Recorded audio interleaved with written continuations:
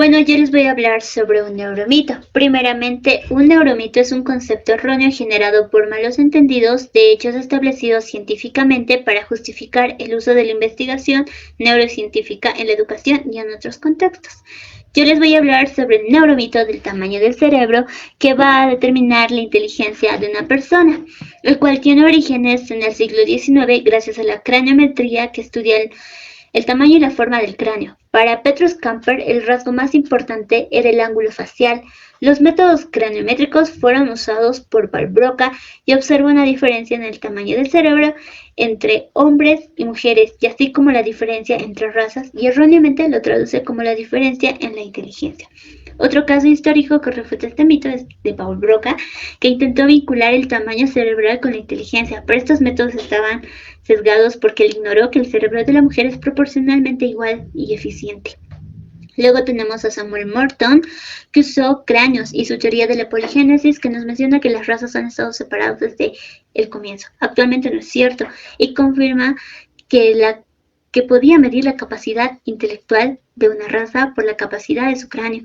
Pero esos datos fueron invalidados por Stemheim en su obra de 1981 en La falsa medida del hombre. La craniometría fue utilizada en la fenomenología, que es una pseudociencia desarrollada por Frank Joseph en los principios del siglo XIX, y plantea que el cerebro está compuesto por más de un órgano y que cada órgano tiene una función diferente que se relaciona con nuestra forma de comportarnos, y que existen entre 27 a 42 facultades mentales. Estas facultades mentales van a modificar la forma del cráneo, y si la tocamos podemos conocer la personalidad.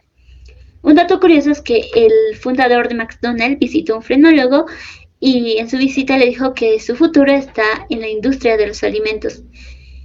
Podemos desmitificar esto si hacemos una comparación del cerebro animal y el cerebro humano. Sabemos que el cerebro humano pesa entre 1,3 a 1,4 kilogramos y de la ballena azul pesa 9 kilogramos. Si esto fuera verdad, la ballena azul sería más inteligente.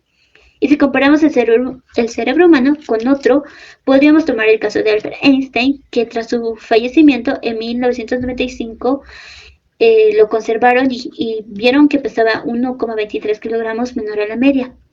Y la neurocientífica Diamond llegó a la hipótesis que Einstein pudo haber tenido más células gliales en su corteza y que hubo una diferencia morfológica en el parietal derecho que se relaciona con los procesos numéricos. Hay muchos estudios que muestran que no hay correlación significativa entre el volumen cerebral y el coeficiente intelectual. Por ejemplo, los neandertales, que tenían un cerebro grande que los humanos actuales, pero menor desarrollo cognitivo, y que se extinguieron y quedamos nosotros los Homo sapiens. También hay factores importantes como la inteligencia, que depende de las conexiones neuronales llamadas sinapsis. La plasticidad cerebral también es la capacidad del cerebro para reconstruirse y formar nuevas conexiones, y es fundamental para que podamos adaptarnos y aprender. Y ahí también entra lo que es la mielinización en el proceso de la acción de las neuronas, que están cubiertas por las vainas de mielina que ayudan a la velocidad de la transmisión neuronal. Y es importante la estructura cerebral, como la corteza prefrontal, que es esencial para el razonamiento y funciones cognitivas superiores, y el grosor cortical. Por ejemplo, los lóbulos frontales de los humanos son proporcionalmente más grandes que los otros primates, lo que explica las habilidades cognitivas superiores. Por esa razón, lo más importante es el uso que damos.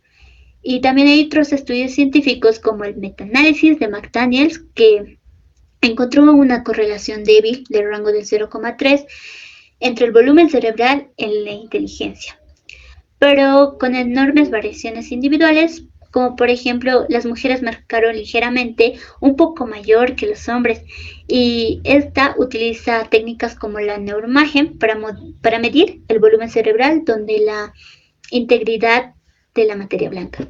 Hay casos extremos como los niños que sufren síndrome de Down. Ellos tienen un cerebro pequeño, lo cual puede afectar su capacidad cognitiva porque son más deficientes, pero dentro de la variación normal, el tamaño no es relevante.